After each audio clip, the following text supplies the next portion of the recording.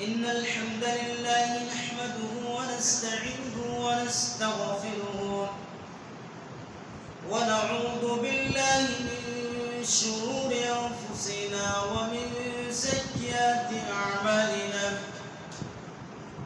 من يهده الله فلا مضل له ومن يضلله فلا هادي له وأشهد أن لا إله إلا الله وحده لا شريك له وأشهد أن محمدا عبده ورسوله أما بعد فإن خير الحديث كتاب الله وخير الهدي هدي محمد صلى الله عليه وسلم وشر الأمور محدثاتها وكل محدثة بدعة وكل بدعة ضلالة وكل ضلالة في النار.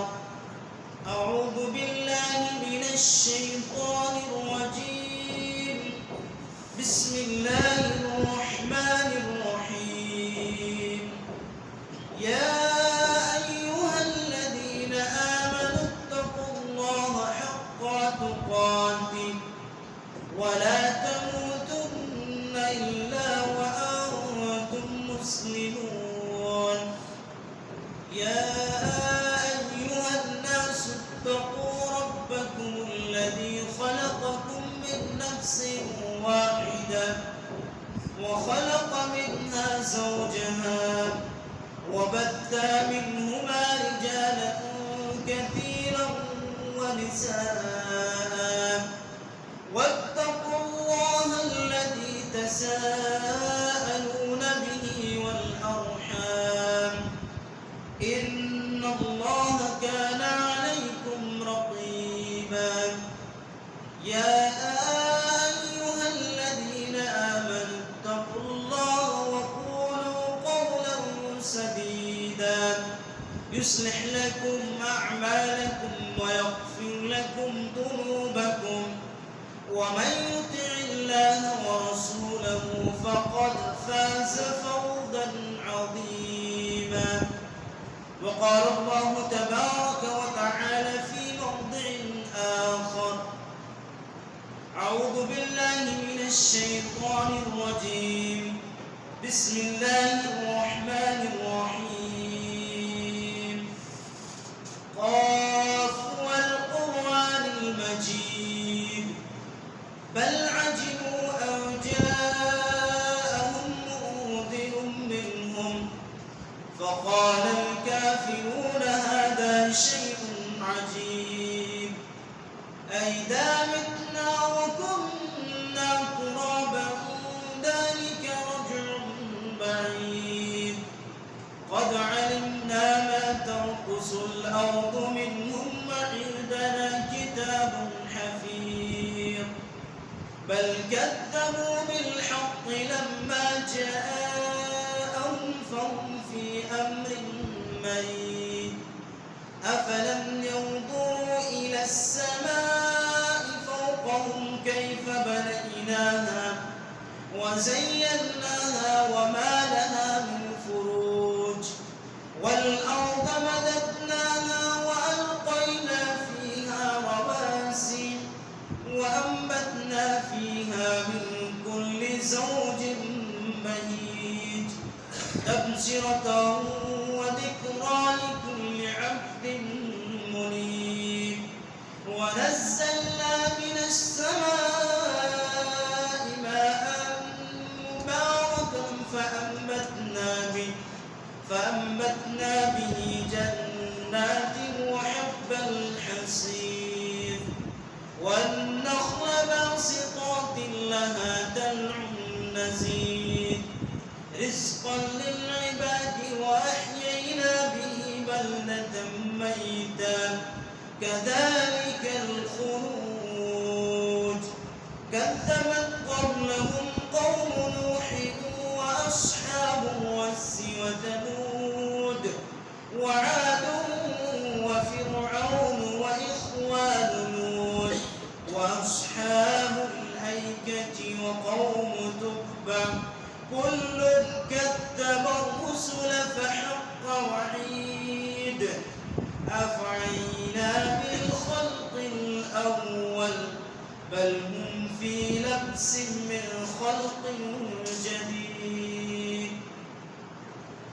بسم اللہ الرحمن الرحیم وذکر فإن الذکرى تنفع المؤمنین. سورۃ الذاریات آیت نمبر 55. اللہ رب العالمین کے لیے حمد و ثنا ہو، اللہ رب العالمین کے لیے بڑائی ہو، اور تمام قسم کی تعریفات اللہ رب العالمین کے لیے لائق و سزاوار ہے، جس نے ہمیں اور آپ اور جمی مخلوقات کو پیدا فرمائے ہیں. بعدہ اللہ تبارک و تعالی کے ان تمام انبیاء کرام پر درود و سلام کی پھول نشاور ہو، بالخصوص ہمارے اور آپ کے پیارے نبی آمنہ کے لال تاجدار مدینہ سید الانبیاء جناب محمد مصطفیٰ صلی اللہ علیہ وسلم پر. اللہم صلی علی محمد وعلی آل محمد کما صلیت علی ابراہیم وعلی آل ابراہیم انکا حمید مجید.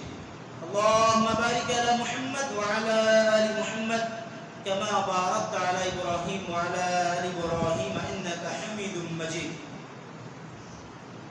بعدہ اللہ تبارک و تعالیٰ کے بزرگوں اور نیک بندوں کے لیے رحمت اور بخشش کی دعا ہو. اللہ تبارک و تعالیٰ ہم سب کو دین اسلام پر کتاب و سنت کے مطابق زندگی گزارنے کی توفیق بخشے، آمین. میرے اسلامی بھائیوں، آج کے اس خطبہ جمعہ میں نے جمعہ کی مناسبت سے یہ مناسب سمجھا کہ آپ کے سامنے نبی کریم صلی اللہ علیہ وسلم کی چند نصیحتیں پیش کریں. اور ایک حدیث میں اللہ کے نبی صلی اللہ علیہ وسلم نے ان چند نصیحتوں کو بیان کیے ہیں. سب سے پہلے خطبہ مسنونہ کے بعد ہم نے آپ کے سامنے ایک آیت سورۃ الذاریات کی تلاوت کی، جس کے اندر اللہ رب العالمین ارشاد فرماتے ہیں وَذَكِّرْ فَإِنَّ الذِّكْرَى تَنفَعُ الْمُؤْمِنِينَ. اللہ تبارک و تعالی جناب محمد مصطفیٰ صلی اللہ علیہ وسلم کو یہ حکم دیتے ہوئے کہتے ہیں کہ اے نبی محمد صلی اللہ علیہ وسلم، آپ لوگوں کو نصیحت کیجئے.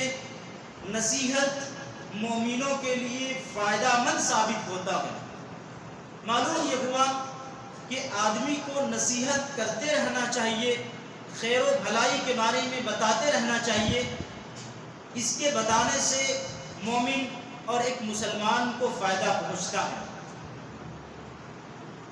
اللہ کے نبی صلی اللہ علیہ وسلم نے صحابہ کرام کو جو اس وقت نبی صلی اللہ علیہ وسلم سے فیضیاب ہو رہے تھے اور نبی صلی اللہ علیہ وسلم سے نصیحتیں لے رہے تھے اور دین کو سیکھ رہے تھے، اس وقت نبی صلی اللہ علیہ وسلم صحابہ کرام کو ہر موقع پر، ہر موڑ پر اور ہر سچویشن میں اور ہر ایک لمحے میں اللہ کے نبی صلی اللہ علیہ وسلم جب بھی ضرورت پڑتی صحابہ کرام کو نصیحت کرتے. اور وہ نصیحت نہ صرف صحابہ کرام کے لیے ہوتی تھی بلکہ آنے والے قیامت کے صبح کے جتنے بھی لوگ آئیں گے تمام لوگوں کے لیے وہ نصیحتیں نبی صلی اللہ علیہ وسلم کرتے تھے. اللہ کے نبی صلی اللہ علیہ وسلم نے ایک حدیث سنن ترمذی حدیث نمبر 1987 کے اندر 3 نصیحتیں ارشاد فرمائی. وہ 3 نصیحتیں کیا ہیں؟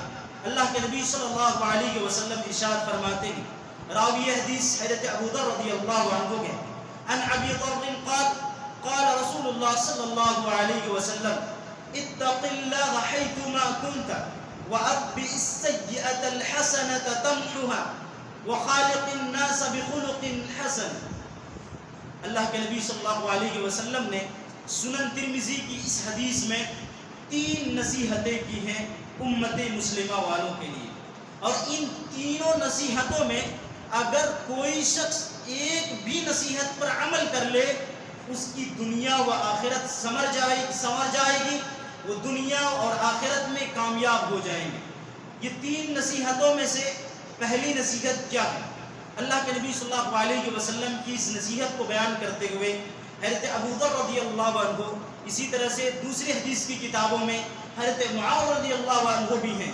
تو حضرت ابو ذر رضی اللہ عنہ کہتے ہیں کہ اللہ کے نبی صلی اللہ علیہ وسلم نے نصیحت کی اور ارشاد فرمایا اتق اللہ حیثما کنت، جہاں کہیں بھی رہو اللہ رب العالمین سے ڈرو. جہاں کہیں بھی رہو اللہ رب العالمین سے ڈرو. یعنی اللہ رب العالمین سے ہر سانس ہر لمحہ ڈرنا ہے، چاہے جہاں کہیں بھی رہیں اللہ رب العالمین سے ڈرنا ہے. مسجد میں ہیں تب بھی اللہ رب العالمین کا ڈر ہمارے دل میں ہونا چاہیے. مسجد کے باہر ہیں تب بھی اللہ رب العالمین کا ڈر ہمارے دل میں ہونا چاہیے. ایسا نہیں کہ مسجد میں ہیں تو اللہ رب العالمین کا ڈر ہے، لیکن جیسے مسجد سے باہر مارکیٹ نکلے، بازار میں جھوٹ بولنا شروع کیے. جیسے بازار نکلے، مارکیٹ میں دھوکہ دینا شروع کیے. ایسے تقوی کی کوئی ضرورت نہیں، بلکہ اللہ رب العالمین کا ڈر ہمیشہ ہر لمحہ اور زندگی کے ہر ایک موڑ پر ہونی چاہیے. ہم نے آپ کے سامنے خطبہ مسنونہ کی تلاوت کی، جس میں اللہ کے نبی صلی اللہ علیہ وسلم یہ خطبہ حاجہ میں 3 مختلف آیتوں کی تلاوت کرتے تھے. اس میں سے اللہ کے نبی صلی اللہ علیہ وسلم کہتے ہیں یا ایھا الذین آمنوا اتقوا اللہ حق تقاته ولا تموتن الا وانتم مسلمون. اے لوگو اللہ رب العالمین سے ڈرو، اللہ رب العالمین سے خوف کھاؤ. کب تک ڈرو گے؟ کب تک خوف کھاؤ گے؟ اللہ رب العالمین کہتے ہیں کہ یہاں تک کہ تم اپنی جان کو کھو بیٹھو، یعنی تمہارے جسم سے تمہاری روح نکل جائے، اس وقت تک اللہ رب العالمین سے ڈرنا. اس وقت تک اللہ رب العالمین کا خوف تمہارے دل میں ہونا چاہیے. اور اگر کسی کے دل میں یہ خوف ہو اور کسی کے دل میں یہ تقوی ہو اور یہ ڈر ہو تو اللہ رب العالمین کہتے ہیں ان اکرمکم عند اللہ اتقاکم. سورہ حجرات آیت نمبر 13 کے اندر اللہ رب العالمین ارشاد فرماتے ہیں کہ بے شک لوگوں میں سب سے بہترین وہ ہیں جو اللہ رب العالمین سے ڈرتے ہیں، جو اللہ رب العالمین سے خوف کھاتے ہیں. اللہ رب العالمین سے ڈرنے والا آدمی اللہ تبارک و تعالیٰ کو بہت پسند ہے. اس آیت سے پہلے اللہ تبارک و تعالیٰ نے یہ ذکر کیا کہ ہم نے تمام لوگوں کو، چاہے وہ مرد ہو چاہے وہ عورت ہو، اسی طرح سے ہم نے قبیلے بھی بنائے، ہم نے قبیلے اور خاندان بنائے ہیں. ان تمام چیزوں میں اللہ تبارک و تعالیٰ نے کہا کہ کوئی قبیلے کے اعتبار سے، کوئی مرد کے اعتبار سے، کوئی عورت کے اعتبار سے ہمارے نزدیک قابل عزت نہیں ہے، بلکہ قابل عزت وہ ہے جو ہم سے ڈرتے ہیں. ان اکرمکم عند اللہ اتقاکم. جو اللہ رب العالمین سے ڈرنے والا بندہ ہوتا ہے، اللہ رب العالمین کہتے ہیں کہ وہ میرے نزدیک سب سے باعزت ہے، وہ میرے نزدیک سب سے باعزت ہے. یہی وہ تقوی ہے، یہی وہ ڈر ہے کہ اللہ کے نبی صلی اللہ علیہ وسلم کے بارے میں جب صحابہ کرام نے یہ احساس کر لیا، جب صحابہ کرام نے اپنے دل میں یہ احساس کر لیا کہ اب بہت جلد نبی صلی اللہ علیہ وسلم ہم سے جدا ہونے والے ہیں، اس دنیا کو چھوڑنے والے ہیں، اس دنیا سے رخصت ہونے والے ہیں، صحابہ کرام اللہ کے نبی صلی اللہ علیہ وسلم سے نصیحت لینے کے لیے آگے. حضرت عباد رضی اللہ عنہ بیان کرتے ہیں، سنن ابو داؤد کی حدیث ہے، وہ کہتے ہیں کہ ایک دن اللہ کے نبی صلی اللہ علیہ وسلم نماز پڑھاتے ہیں اور نماز پڑھانے کے بعد ہماری طرف اپنے چہرے کو کرتے ہیں، ہمارے طرف اپنے چہرے کو کرتے ہیں، اور نبی صلی اللہ علیہ وسلم اس دن ایک بہت ہی بہترین اور ایک قابل نصیحت اللہ کے نبی صلی اللہ علیہ وسلم واعظ اور تقریر کرتے ہیں. اور اس نصیحت کو سننے کے بعد صحابہ کرام کہتے ہیں کہ ہماری آنکھوں سے آنسو نکل پڑے، اور جب ہم سن رہے تھے تو ہمارے دل دہل چکے تھے، ہمارے دل دہل چکے تھے، اللہ رب العالمین کے خوف سے کانپ رہے تھے ہم لوگ. کہ ایسی واعظ، ایسی نصیحت اللہ کے نبی صلی اللہ علیہ وسلم سے سننے کے بعد اسی میں سے ایک صحابی رسول نبی صلی اللہ علیہ وسلم سے سوال کرتے ہیں، اللہ کے رسول صلی اللہ علیہ وسلم بہت تقریر آپ کی ہم نے سنے، بہت نصیحتیں آپ کی سنے، اور بہت واعظ و نصیحت آپ ہمیں کرتے رہے، لیکن آج کی واعظ و نصیحت اور آج کی تقریر، آج کے خطبہ ہمیں ایسا لگ رہا تھا کہ گویا کہ آپ بہت جلد ہم سے جدا ہونے والے ہیں، بہت جلد ہم سے رخصت ہونے والے ہیں. اللہ کے نبی صلی اللہ علیہ وسلم ہمیں کچھ قیمتی نصیحتیں کر جائیے، ہمیں کچھ قیمتی نصیحتیں کر جائیے. اللہ کے نبی صلی اللہ علیہ وسلم یاد ہے اس وقت صحابہ کرام کو کیا وصیت کرتے ہیں، کیا نصیحت کرتے ہیں؟ آپ صلی اللہ علیہ وسلم فرماتے ہیں اوصیکم بتقوی اللہ، اے صحابہ کرام کی جماعت، تم مجھ سے قیمتی نصیحت چاہتے ہو ایک اس وقت میں کہ جب میں دنیا سے رخصت ہونے والا ہوں، میری موت کا وقت قریب ہے، ایسے وقت میں اگر ہم سے نصیحت مانگتے ہو اور ہم سے نصیحت لینا چاہتے ہو تو یاد رکھو سب سے بڑی نصیحت اور سب سے پہلی نصیحت میری یہ ہے اوصیکم بتقوی اللہ، اللہ رب العالمین کا ڈر اپنے دل میں بسا۔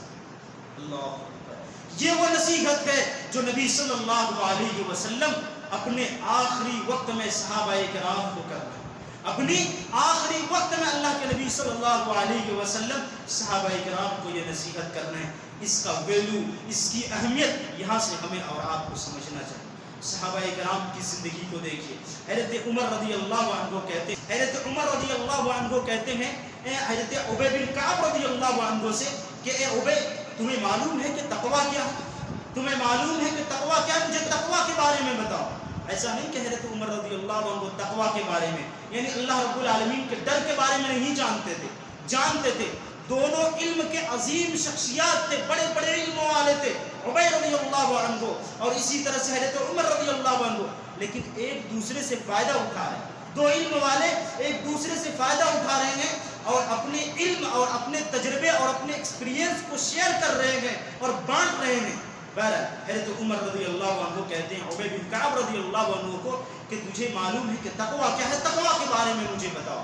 حضرت ابی بن کعب رضی اللہ عنہ نے کہا کہ اے عمر رضی اللہ عنہ، اے عمر رضی اللہ عنہ، اگر آپ کو ایک تنگ راستے سے گزرنا ہے، ایک تنگ راستے سے گزرنا ہے اور اس راستے کے دونوں جانب کانٹے دار جھاڑیاں، یعنی ایسی جھاڑی جس میں کانٹے لگے ہوئے ہوں اور راستہ بھی بہت تنگ ہے، اتنا ہی راستہ ہے اور یہاں کانٹا، ادھر کانٹے دار جھاڑی ہے، ادھر کانٹے دار جھاڑی ہے، کہا کہ کیسے گزرو گے؟ کہا کیسے گزرو گے اس تنگ راستے سے؟ حضرت عمر رضی اللہ عنہ نے کہا کہ میں اپنے دامن کو بچاتے ہوئے وہاں سے گزروں گا کہ کہیں ایسا نہ ہو کہ وہ جھاڑی، کانٹے دار جھاڑی میرے دامن میں چبھ جائے یا میرے بدن میں چبھ جائے۔ حضرت ابی بن کعب رضی اللہ عنہ کہتے ہیں یہی تقویٰ۔ حضرت ابی بن کعب رضی اللہ عنہ کہتے ہیں یہی تقویٰ ہے، یعنی زندگی گزارنی ایسی ہے کہ کہیں ہم سے کوئی غلطی نہ ہو جائے، اللہ رب العالمین کی کوئی نافرمانی نہ ہو، ایسی ہی زندگی گزارنی۔ معلوم ہے کہ اس مثال کے اندر جو ابی بن کعب رضی اللہ عنہ نے دیا کہ دونوں طرف کانٹے دار جھاڑیاں ہو اور بیچ میں تنگ راستے سے تم کو گزرنا ہے۔ یاد رکھیے کہ اہل علم نے کہا کہ شیطان ہم کو، ہمارے اوپر دو حملے کرتے ہیں، دو طرح سے حملے کرتے ہیں، اور جو پہلے حملے میں شیطان کو ہراتا ہے، دوسرا حملہ ان پر کرتا ہے، اور پہلے حملے میں جو جیتتا ہے اس کو جو ہے کہیں نہ کہیں اس میں پھر اپنے شکار میں لے آتا ہے۔ اس میں سے پہلا حملہ کیا کرتا ہے شیطان؟ ایک انسان کو گمراہ کرنے کے لیے، وہ یہ کہ شکوک و شبہات انسان کے دلوں میں ڈالتا ہے۔ شیطان انسان کو گمراہ کرنے کے لیے شک اور شبہ اس کے دل میں ڈالتا ہے۔ کبھی تو کہتا ہے کہ اللہ، کس اللہ کی بات کرتے ہو؟ کبھی تو کہتا ہے کہ قیامت، کس قیامت کی بات کرتے ہو؟ کہ بھلا قیامت بھی ہوگی؟ کہ کبھی تو کہتا ہے کہ یہ کیا روزہ، نماز، یہ کیا چیز ہے؟ یعنی طرح طرح ایمان اور طرح طرح کی شک اور شبہ کو جو ہے شیطان انسان کے دل میں ڈالتا ہے۔ اور جو اہل علم ہوتا ہے، یعنی جو دین کا علم رکھتا ہے، شیطان کے ان تمام شکوک و شبہات کے سوالات کا جواب دے بیٹھتا ہے۔ لیکن جو علم والے نہیں ہوتے ہیں وہ اپنے ایمان کے متا کو گوا بیٹھتے ہیں، اپنے ایمان کو کھو بیٹھتے ہیں۔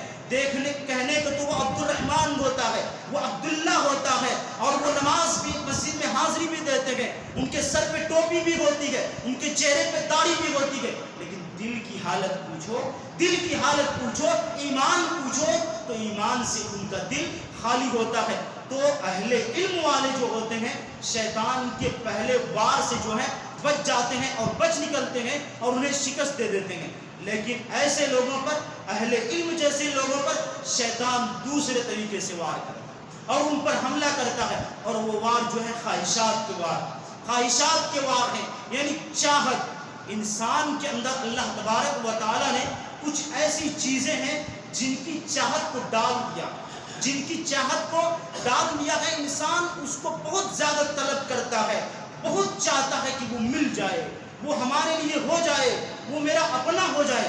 جیسے اللہ تبارک و تعالیٰ نے سورہ آل عمران آیت نمبر 14 کے اندر ارشاد فرمایا زُيِّنَ لِلنَّاسِ حُبُّ الشَّهَوَاتِ مِنَ النِّسَاءِ وَالْبَنِينَ وَالْقَنَاطِرِ وَالْمُقَنطَرَةِ.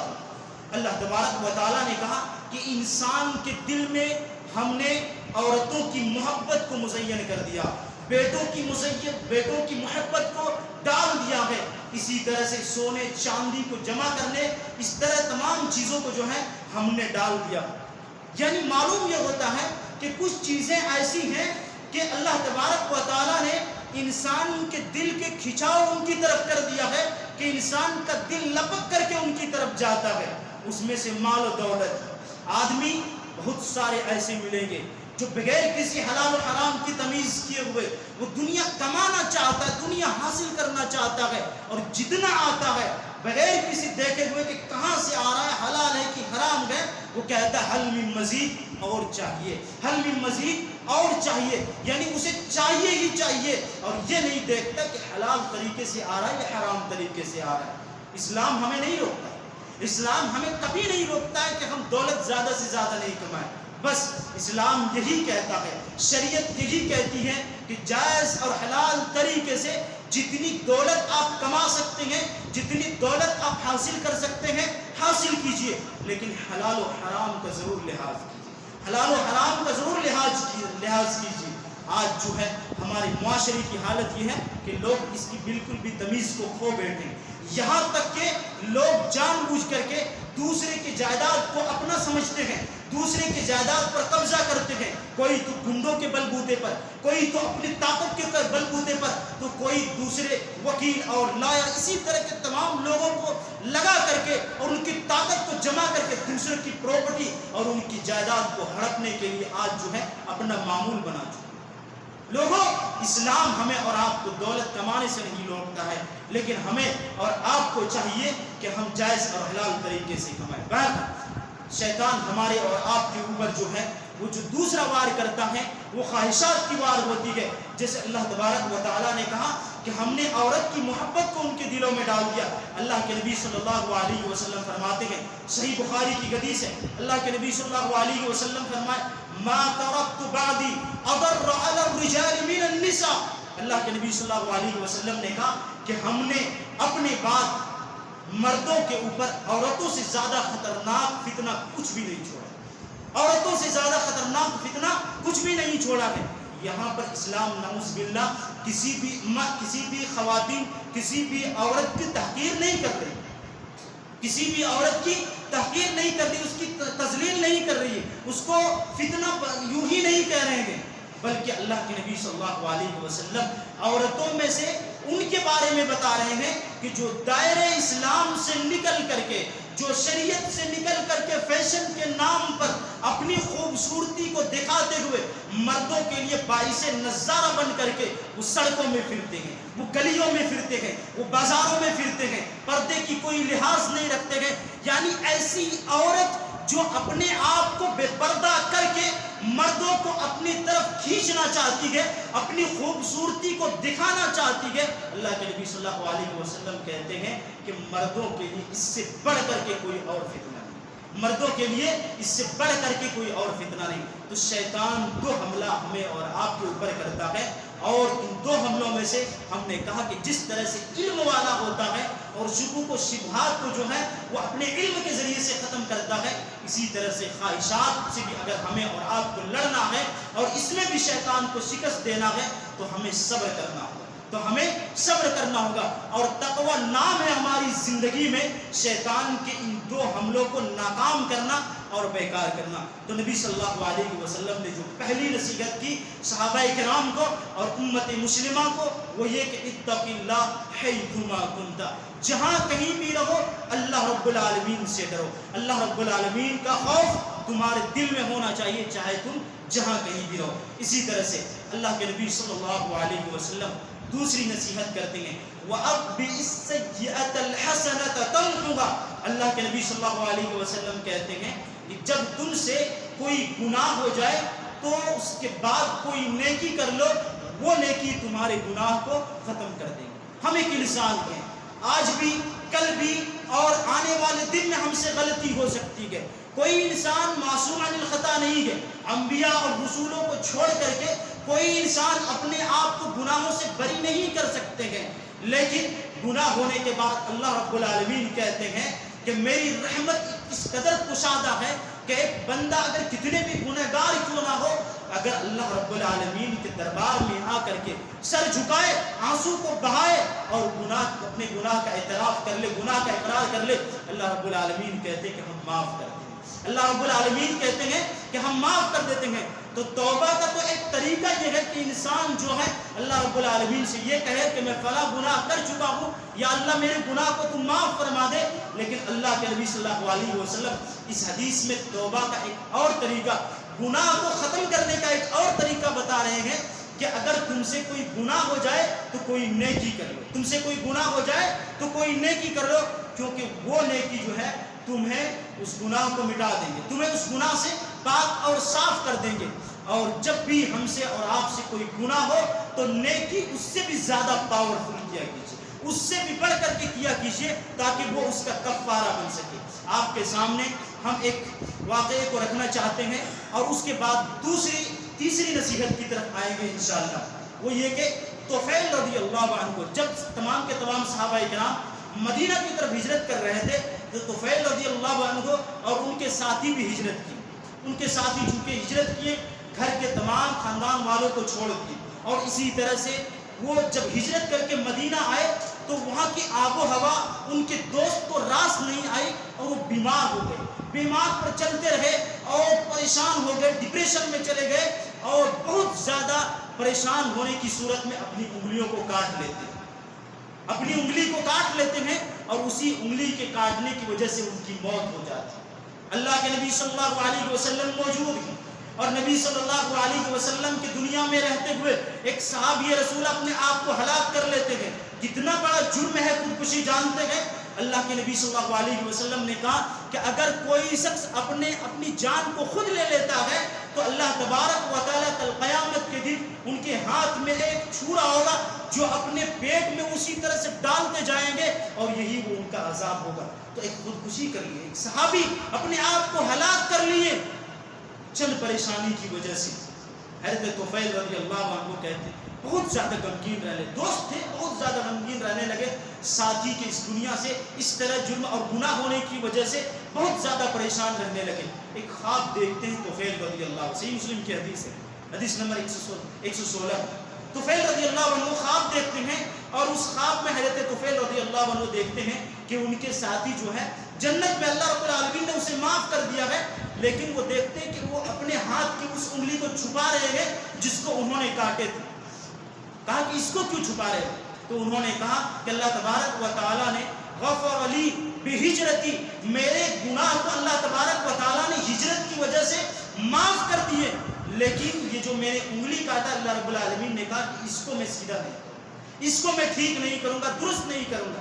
اللہ کے نبی صلی اللہ علیہ وسلم کے پاس آئے، خواب کے بارے میں بتائیں. اللہ کے نبی صلی اللہ علیہ وسلم نے کہا کہ خواب سچا ہے، تمہارا خواب جو ہے سچا ہے. اور اس کے بعد نبی صلی اللہ علیہ وسلم نے اس کے لیے دعا کی تو اس کی انگلی کو بھی اللہ تبارک و تعالیٰ نے جو ہے درست کر دی. یہاں دیکھیے ہجرت اتنی بڑی نیکی ہے کہ ایک اپنے جان کو لے لینے والے گناہ اور غلطی کر بیٹھے ایک صحابی، لیکن ہجرت کیے تھے انہوں نے، اتنی بڑی نیکی کر کے آئے تھے تو اللہ تبارک و تعالیٰ نے اس گناہ کو جو ہے ہجرت کی وجہ سے معاف کر دیے. تو اللہ کے نبی صلی اللہ علیہ وسلم کہتے ہیں کہ گناہ ہو جائے کوئی بات نہیں، لیکن اس کے بعد جو اللہ رب العالمین سے توبہ کرو اور کوئی ایسی نیکی کر لو جو اس گناہ کو جو ہے مٹا دے.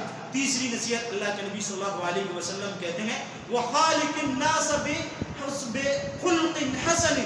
اللہ کے نبی صلی اللہ علیہ وسلم کہتے ہیں کہ حسن اخلاق یعنی اپنے اخلاق کو بہتر بناؤ، اپنے اخلاق کو بہتر بناؤ. یاد رکھیں کہ اخلاق اتنی بڑی چیز ہے. اللہ کے نبی صلی اللہ علیہ وسلم جب دعوت اسلام کی دینے شروع کیے، لوگ مجنون، دیوانہ، پاگل کہہ رہے تھے. اس وقت اللہ رب العالمین نے کہا وَإِنَّكَ لَعَلَىٰ خُلُقٍ عَظِيمٍ. اے نبی صلی اللہ علیہ وسلم، یہ مشرکین مکہ جو آپ کو مجنون، آپ کو دیوانہ، آپ کو پاگل کہتے ہیں، یاد رکھیے آپ تو اخلاق کے بلند مقام پر فائز ہیں، آپ تو اخلاق کے بلند مقام پر فائز ہیں. اور اللہ کے نبی صلی اللہ علیہ وسلم نے کہا بعثت لأتمم مکارم الاخلاق. کہا کہ میں آیا ہی اسی لیے ہوں. نبی صلی اللہ علیہ وسلم کہتے ہیں میں آیا ہی اسی لیے ہوں تاکہ لوگوں کو اخلاق کی تعلیم دوں, لوگوں کو اخلاق کی تربیت دوں.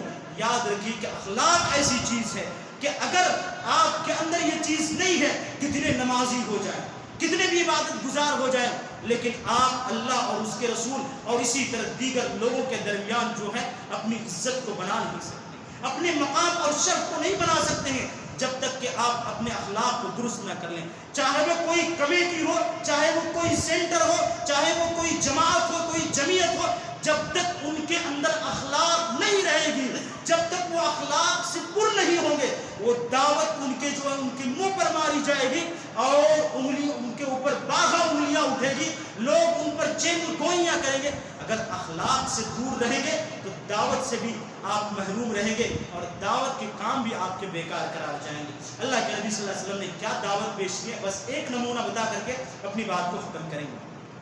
حضرت ظاہر رضی اللہ عنہ, مسند احمد کی حدیث ہے, حضرت ظاہر رضی اللہ عنہ ایک دیہاتی صحابی تھے اور بہت کالے کلوٹے اور اسی طرح سے غریب صحابی تھے, لیکن اللہ کے نبی صلی اللہ علیہ وسلم کے دل میں اس کی بڑی محبت تھی. نبی صلی اللہ علیہ وسلم کے پاس جب آتے تھے, دیہات سے مدینہ آتے تھے, تو اللہ کے نبی صلی اللہ علیہ وسلم کے لیے ساگ سبزی کچھ لے کر کے آتے تھے دیہات کی چیز. اللہ کے نبی صلی اللہ علیہ وسلم بھی ان سے محبت کرتے تھے, اور جب نبی صلی اللہ علیہ وسلم کے پاس سے وہ دیہات واپس گھر جاتے تھے تو اللہ کے نبی صلی اللہ علیہ وسلم بھی ان سے محبت کرتے تھے اور انہیں بہت سارے سفر کے سامان کو دیتے تھے, اور اللہ کے نبی صلی اللہ علیہ وسلم سفر کے راستے کے جو خرچ ہوتے تھے وہ بھی دیتے تھے. بہرحال اللہ کے نبی صلی اللہ علیہ وسلم ان سے بہت زیادہ محبت کرتے تھے. اللہ کے نبی صلی اللہ علیہ وسلم کس صحابی سے محبت کرتے, کس صحابی سے؟ کالے کلوٹے ہیں, دیہاتی ہیں, غریب ہیں. آدمی کون پوچھتا ہے, آدمی کون پوچھتا ہے؟ آدمی کے پاس اگر پیسے نہ ہو تو ملنا جلنا چھوڑ دیتا ہے, آدمی بات کرنا چھوڑ دیتا ہے آدمی. لیکن اللہ کے نبی صلی اللہ علیہ وسلم کے اخلاق دیکھیے کہ نبی صلی اللہ علیہ وسلم اس صحابی رسول سے اتنی محبت کرتے تھے کہ ایک دفعہ حضرت ظاہر رضی اللہ عنہ جو ہے بزنس کر رہے تھے اپنے یہاں, اور نبی صلی اللہ علیہ وسلم جا کر کے ان کی آنکھ کو دونوں بند کر دیتے, ان کے دونوں آنکھ کو بند کر دیتے ہیں. پہلے ظاہر رضی اللہ عنہ کہتے کہ بھائی ہیں کون, آپ ہیں کون؟ لیکن پھر ظاہر رضی اللہ عنہ یہ محسوس کرتے ہیں کہ نبی صلی اللہ علیہ وسلم ہے, تو پھر ہاتھ چھڑانے کے لیے چھوڑ دیتے ہیں, یعنی ہاتھ چھڑانے کی کوشش ہی نہیں کرتے ہیں. اس کے بعد حضرت ظاہر رضی اللہ عنہ کے بارے میں جب نبی صلی اللہ علیہ وسلم کو معلوم ہو گیا کہ اب جو ہے ظاہر رضی اللہ عنہ نے جان لیا ہے کہ میں محمد صلی اللہ علیہ وسلم ہوں, اس لیے وہ میرے ہاتھ کو نہیں چھوڑا رہے ہیں, اللہ کے نبی صلی اللہ علیہ وسلم اپنے ہاتھ کو چھڑاتے ہیں. اور اس کے بعد اللہ کے نبی صلی اللہ علیہ وسلم نے مذاق کے طور پر جو ہے لوگوں کو حضرت ظاہر رضی اللہ عنہ کی طرف اشارہ کرتے ہوئے کہا کہ اس کو کون خریدے. حضرت ظاہر رضی اللہ عنہ کہتے کہ اللہ کے رسول ہم کو خریدنے کی بات کر رہے ہیں, بھلا ہم کس قیمت کے آدمی ہیں, کالے ہیں, غریب ہیں, دیہاتی ہیں, ہم کو کون خریدے گا؟ اللہ کے نبی صلی اللہ علیہ وسلم نے کہا کہ ظاہر ایسا مت بولیے, اللہ رب العالمین کے نزدیک تیری بہت قیمت, تیرا مقام بہت زیادہ ہے, تم بہت زیادہ قیمتی ہو اور میرے نزدیک بھی بہت زیادہ محبوب ہو. تو نبی صلی اللہ علیہ وسلم کا یہ اخلاق, یہ نبی کریم صلی اللہ علیہ وسلم کے اخلاق ہیں, اور بہت زیادہ اخلاق کے نمونے اور مثال موجود ہیں. بہرحال آج کے خطبے میں 3 نصیحتوں کو آپ کے سامنے پیش کی. پہلی نصیحت جو اللہ کے نبی صلی اللہ علیہ وسلم نے کی کہ اللہ رب العالمین کا ڈر اور خوف یعنی تقویٰ ہونا چاہیے جہاں کہیں بھی رہیں گے. اور دوسری نصیحت جو نبی صلی اللہ علیہ وسلم کے آپ کے سامنے ہم نے پیش کی وہ یہ کہ اگر کوئی غلطی ہو جائے, کوئی گناہ ہو جائے تو نیکی کر لیجئے تاکہ وہ نیکی آپ کی غلطی کو اور آپ کے گناہ کو مٹا دیں گے. اور تیسری نصیحت جو آپ کے سامنے پیش کی کہ اخلاق مند بنیے, اخلاق مند بنیے, اپنے آپ کو اخلاق سے پر رکھیے, حسن اخلاق کو اپنے اندر داخل کیجیے. اللہ رب العالمین سے دعا ہے اللہ تبارک و تعالی ہمیں اور آپ کو دین کے صحیح راستے پر عمل کرنے کی توفیق نصیب فرمائے. اللہ تبارک و تعالی ہمیں اور آپ کو کتاب و سنت کے مطابق زندگی گزارنے کی توفیق نصیب فرمائے. اللہ تبارک و تعالی ہمیں اور آپ کو نبی صلی اللہ علیہ وسلم سے محبت کرنے کی توفیق نصیب فرمائے. نبی صلی اللہ علیہ وسلم کی نصیحتوں کو لینے اور اس پر عمل کرنے کی توفیق بخشے. آمین. وآخر دعوانا الحمدللہ رب